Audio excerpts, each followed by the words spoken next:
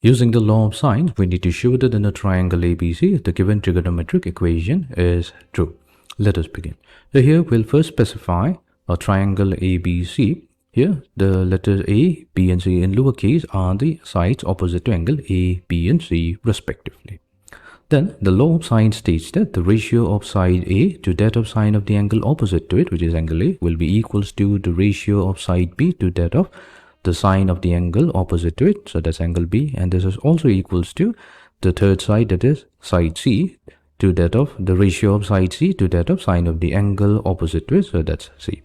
This is the law of sines, and in order to solve our problem, what we'll do, we will suppose that these three ratios are equals to a constant lambda, such that we can rewrite A as lambda times sine A. So B will become lambda times sine B, and C is going to become equals to lambda times sine C. Fine. We'll start from the left hand side. So in the first term here we have A squared. We could replace A with lambda times sine A. So we're going to get lambda squared multiplied to sine squared A. Multiplied to, now we have cosine squared B. We can convert it to sine squared B as 1 minus sine squared B.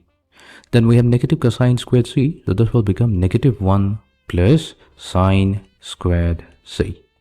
Coming to the next term, here we have B squared, so B will be replaced with lambda times sine B, so we'll get lambda squared multiplied to sine squared B, whole multiplied to cosine squared C, so that's 1 minus sine squared C, minus cosine squared A, so that's negative 1 plus sine squared A.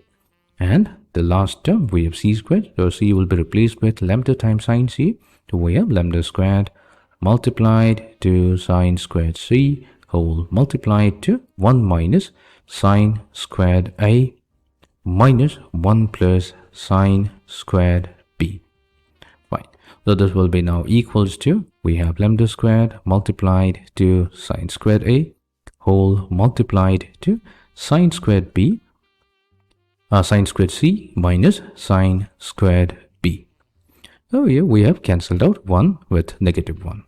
Then coming to the next term, we have lambda squared multiplied to sine squared B, whole multiplied to, so 1 and negative 1 cancels out. We have within the parentheses sine squared A minus sine squared C. And the third term will become lambda squared multiplied to sine squared C, whole multiplied to sine squared B minus sine squared A. Now from each of the three terms, if we take lambda squared as the common factor, so lambda squared will be multiplied to sine squared A times sine squared C minus sine squared A times sine squared B. Then here we have sine squared B multiplied to sine squared A minus sine squared C, so we have sine squared B times sine squared A minus sine squared B times sine squared C, plus we have sine squared C multiplied to sine squared B minus sine squared A, so we have sine squared C times sine squared B minus sine squared C times sine squared A. Fine. So we will see that immediately all the terms will get cancelled out, leaving us with 0. So we have lambda squared multiplied to 0, which is 0.